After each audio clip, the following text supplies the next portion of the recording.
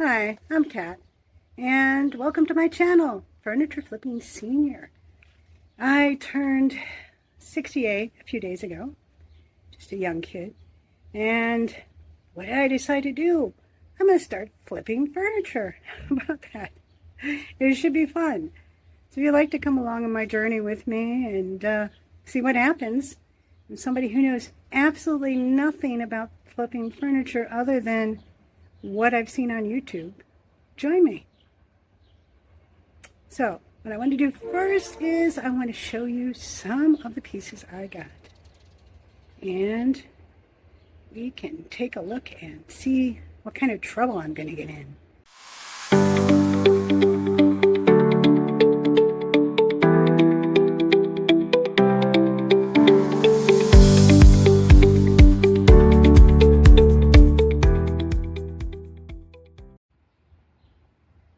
All right, welcome to my garage and some of the pieces that I've picked up over the last week and a half or so.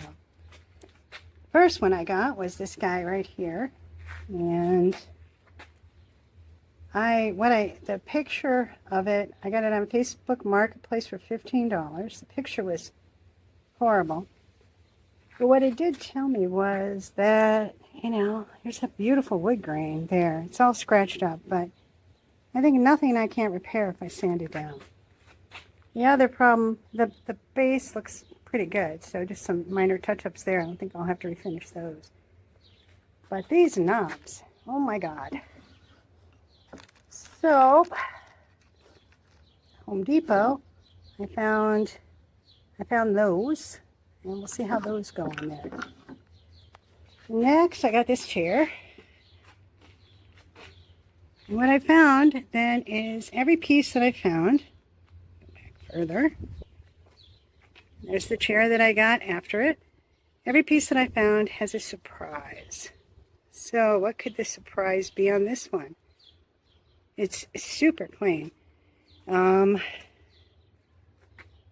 I think my brother and sister-in-law had given me a little green cleaning machine for upholstery. So except for a little bit of dirt, maybe on the right here, it's pretty good. But what's the problem? Oops. And of course now it's not doing it, but it does squeak when it squeaks a little bit. Now it's not squeaking, so I lie. Yep. It does have some scratches in the wood, so I need to take this apart and I need to clean it. There's a little scratch right there, and some more stuff there. But overall, it's in really good condition. I don't know what I can get for it. I paid $15 for it. So I think a little cleanup and a little touch up and it'll be good. This guy here has a little bit of dirt on the arms. So again, my cleaning machine, it has a pillow that comes with it. A little bit of touch up on the legs, I think. But these people had a cat, so there's a couple little stray bits of threads that I need to cut off. But again, cleanup, minor fixing, and I think I can sell this more than for the $15 I got it for. We had a couple pieces for staging. This little guy here, it was actually $25, but I really liked it and it was kind of high. And this little guy here. I want to do different levels when I do staging. So next, I don't know why I started buying chairs, but Lauren from Furniture Flipping Teacher managed to do some chairs and she did quite good with them. So this guy here is a special kind of rocker, whose name I can't remember. I'll put it in the description. And this is not the next chair I saw. The next chair I saw was like this, only it had a bee pooch right in the center here. And that was a concern for me. Also, it had lots of scratches. This one's pretty clean. I think this one, you know, a little bit of scrapes here and there.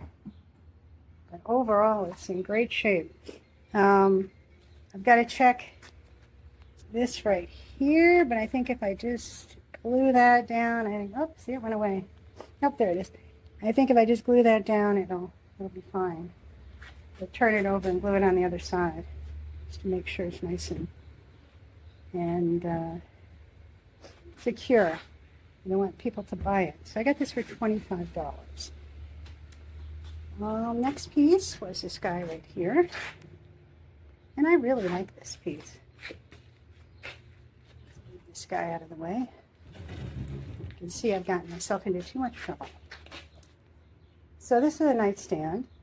It would go as $20 when I got it for. And let's see, inside it has a couple compartments. It could be a TV stand also. But I really liked it. I just thought it was cool. And that was before I knew that you need to buy these things in sets or find another one like it. So I started looking for something that would go with it, that I could paint to go with it. And the thing that I really liked about this, see, I found surprises about every little thing that I got. The thing I like about this so much is that little metal swirly bits there. I just think it makes it unique. But I found this guy over here.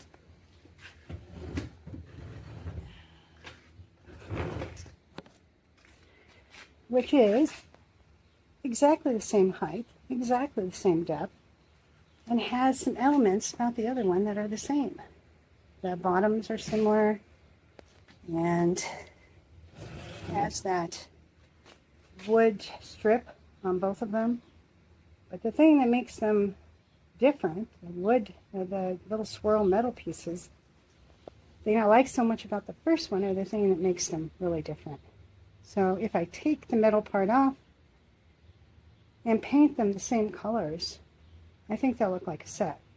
There's a couple things I'll need to do. Maybe it's a little sharper than the other side. Maybe smooth that down a little bit. See if I can do that with a sander.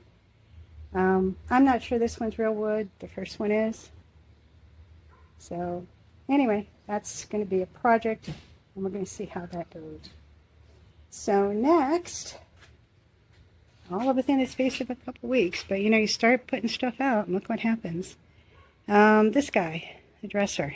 Now, this, I thought, when I started doing research, this is how you really make more money on Facebook Marketplace with dressers, you know, buffets, things like that, a little bit bigger pieces.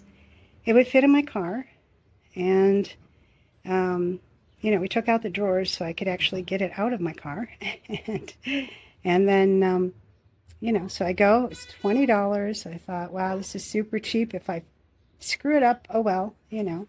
The drawers work pretty well. I have stuff in them right now because I need stuff to put up, someplace to put all my stuff. And, you know, I'm not going to feel bad about messing it up because it's really in bad shape. Otherwise, scratches everywhere. But as we were loading it in the car, I found out that the bottoms are just horrible. Like, really horrible. Like, I don't think I can fix them horrible. So, my plan is, after thinking about it and being upset at first, is this front part to take that off, which can come off in one bit, and then saw off the sides, about that 2 inches or whatever, and put legs on it. In which case, I think this piece is probably mid-century modern. I think it will look pretty cool then, especially if I do a decent job on the painting of it. So at the same time, I got this one. This was $20. The guy had this other piece here, and he gave it to me for $10. It's actually in pretty good shape. Still needs staining and some other stuff. The main drawer is horrible inside, but except for that, I think they spilled ink or something in it. But all that's fixable.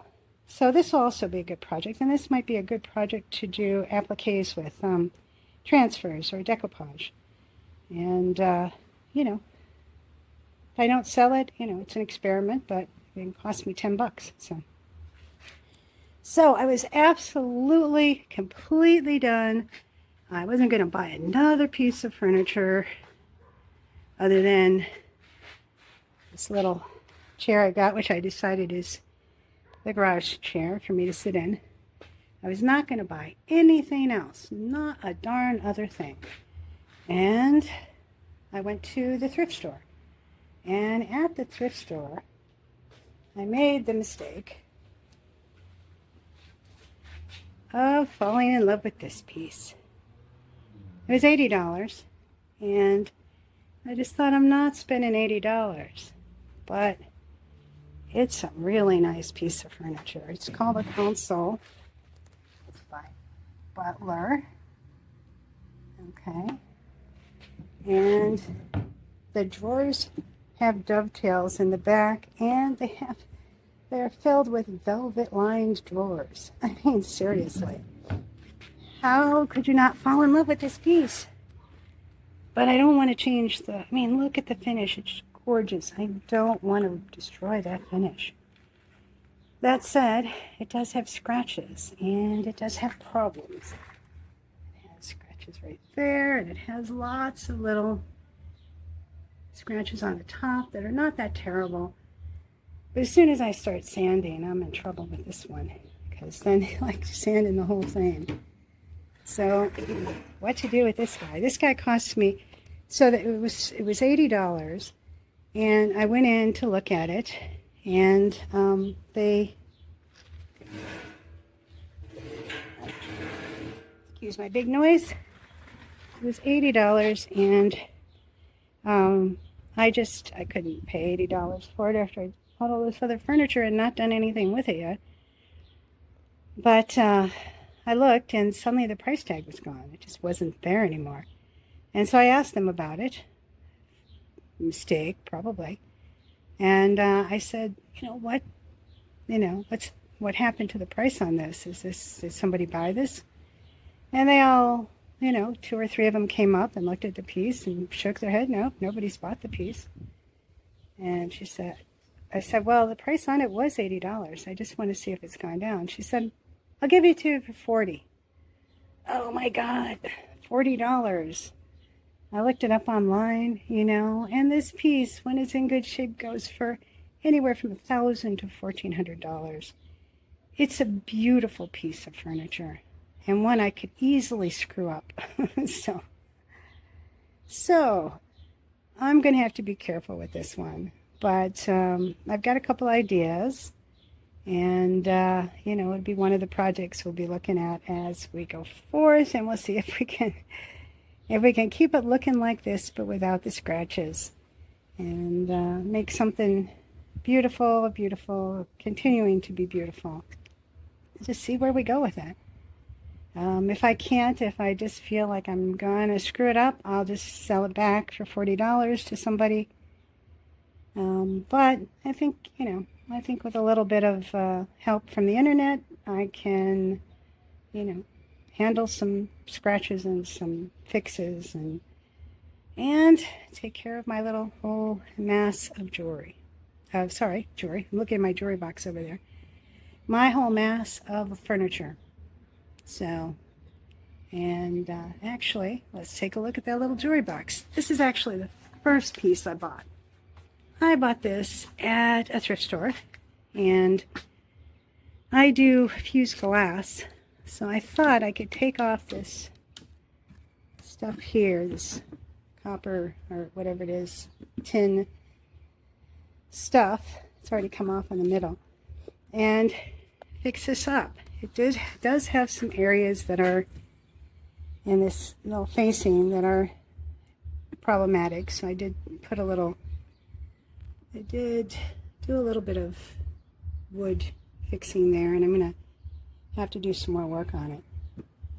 But it's a nice little cabinet. Used for jewelry or something else. And I just think it's cool. It's actually upside down now, but see, they got the little feet there. But I think it's cool, and I think maybe I can figure out a way to save it because it's really pretty.